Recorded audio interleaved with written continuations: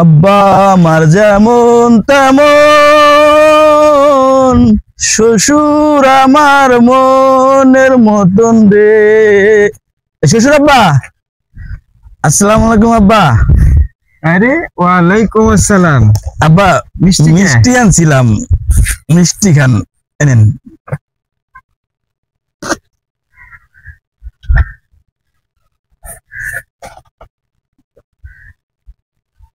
বাবাজি কিসের মিষ্টি?